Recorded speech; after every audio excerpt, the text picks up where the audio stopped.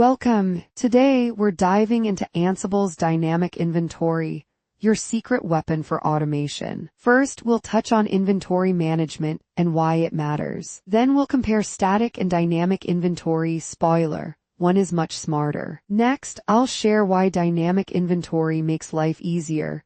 And finally, we'll talk about setting it up. Buckle up, it's time to automate like a pro. I'm Amelia James, a technology expert with 13+ years of experience designing and delivering human resource management systems that actually work for people. I specialize in building scalable integrated HR platforms that streamline processes, enhance employee experience, and give leadership real-time, actionable insights. Think of Ansible Inventory as your master list of hosts. It tells Ansible who to talk to. Static inventory is old school and manual, while dynamic inventory is like having a virtual assistant who updates lists for you. Sounds nice, right? Smart inventory management means less work for us and more time for coffee. Let's explore why this matters. Static inventory is like keeping an address book that you manually update. Sounds exhausting. Dynamic inventory, on the other hand, updates itself based on real-time data,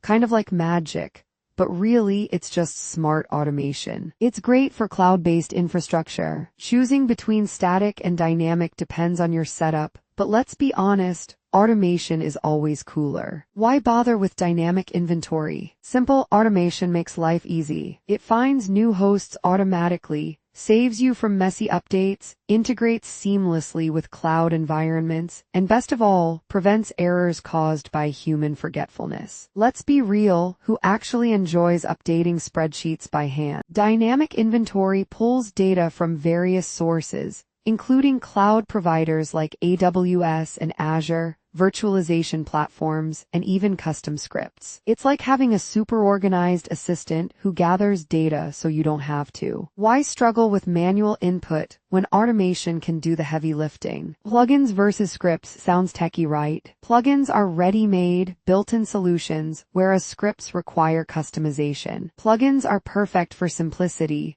while scripts are for those who enjoy tinkering or just making life complicated. Whatever your style, there's an option for you. Setting up dynamic inventory is easier than you think. Install the necessary plugins, configure sources, test if everything pulls correctly, and finally, integrate it into your playbooks. Trust me, once it's set up, you'll wonder how you ever managed without it. If you're working with the cloud, dynamic inventory is a game changer. Azure, Google Cloud, they all offer easy integration. No more manual tracking of servers. Let's explore how each provider makes inventory management painless. Configuring inventory plugins is straightforward.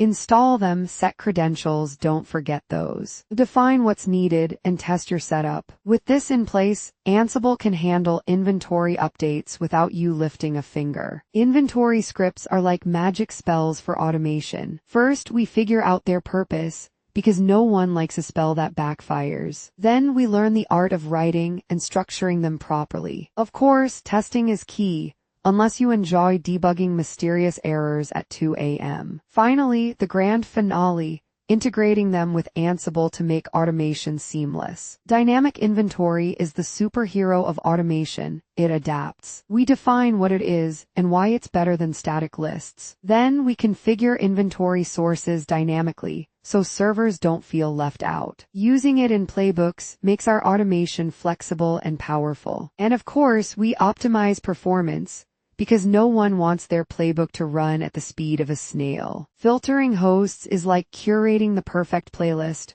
Only relevant entries make the cut. First, we learn techniques to filter efficiently. Then we apply metadata-based filters so we don't accidentally target the wrong hosts. Ansible patterns help us pick with precision. And of course, avoiding pitfalls ensures that we don't accidentally exclude critical servers, because that would be awkward. Best practices are like life hacks for automation. Organizing inventory makes life easier.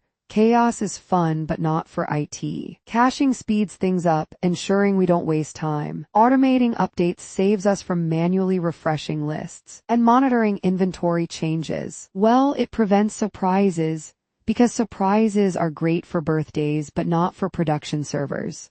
Please do like, share, and subscribe to our channel. For more information, contact us.